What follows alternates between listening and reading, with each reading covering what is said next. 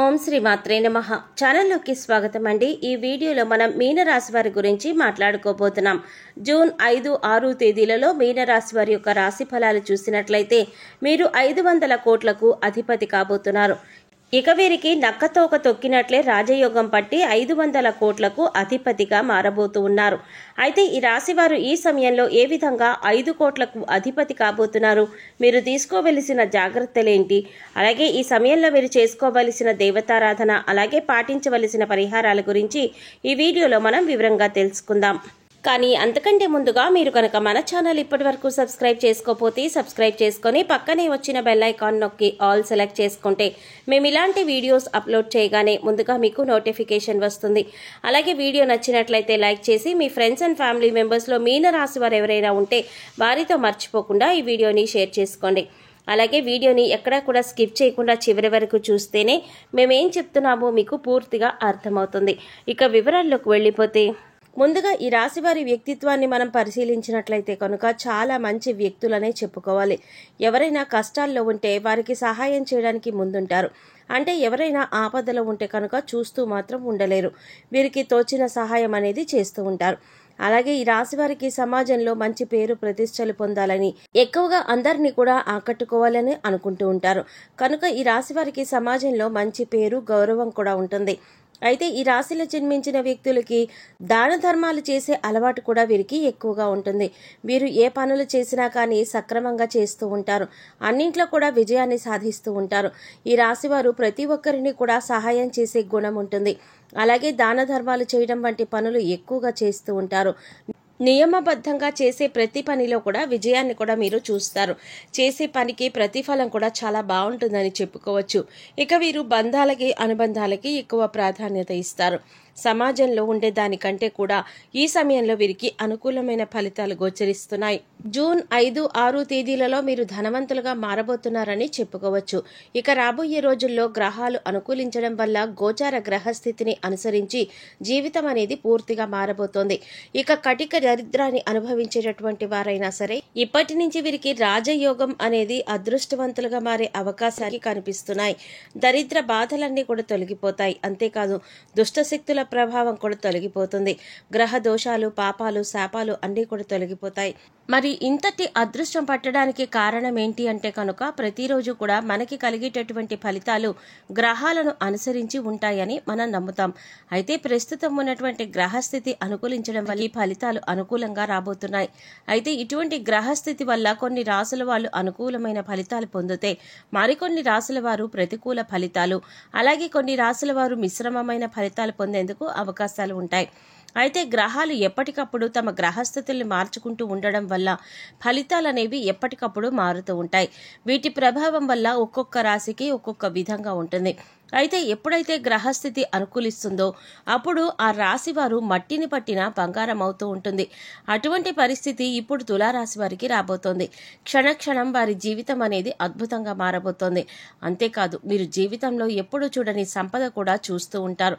ఎందుకలా అవుతుంది అంటే కనుక ఇప్పుడు మనం ఇప్పటిదాకా ఎన్నో న్యూస్లు వినే ఉంటాం. రాత్రికి రాత్రే కోటీశ్వరులు అయ్యారని, జీవితం మారిపోయిందని ఇటువంటి కొన్ని వార్తలు వింటూ ఉంటాం.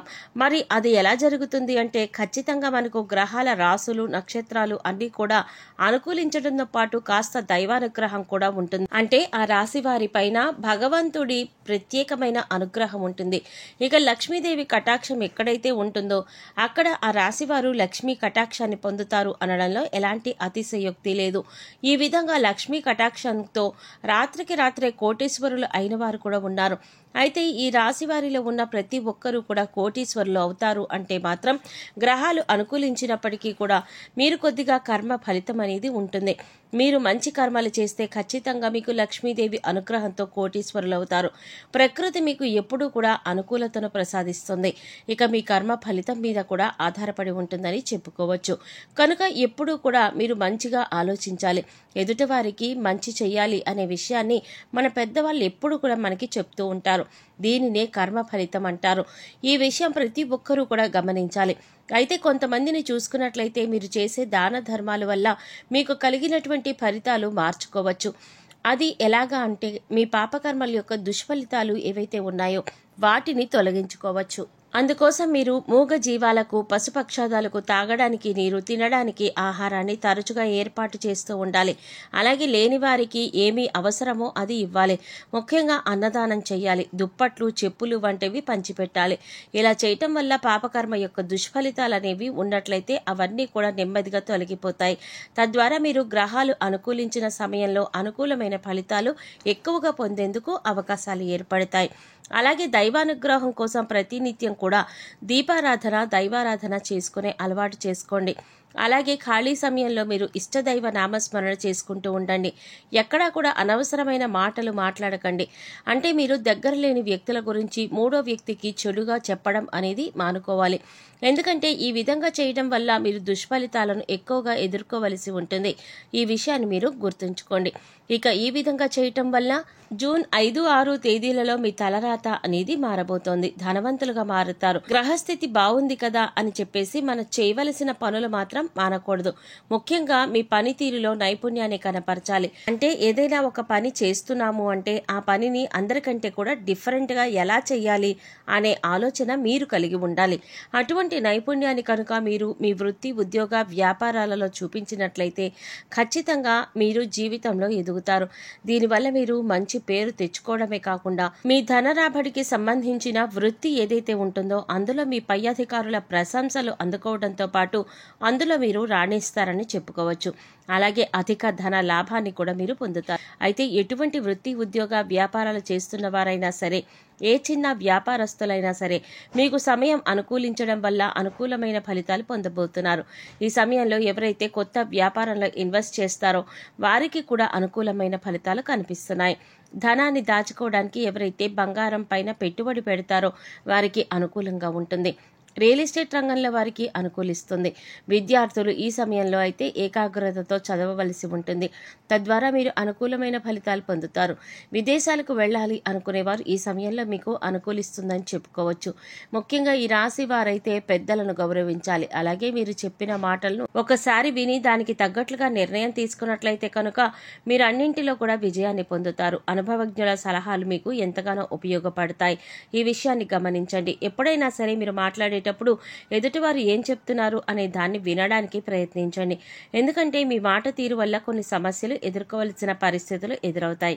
ఇక లక్ష్మీ కటాక్షం కోసం ఈ రాశివారు ప్రతి శుక్రవారం లక్ష్మీదేవిని ధూపదీప నైవేద్యాలతో పూజించండి. అలాగే నవగ్రహాలకు 11 ప్రదక్షిణలు చేయండి.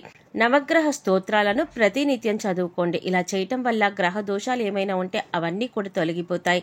మీ పాపకర్మల యొక్క దుష్ఫలితాలు తొలగిపోవడానికి మూగ జీవాలకు తాగడానికి నీరు, తినడానికి ఆహారాన్ని ఏర్పాటు చేయండి.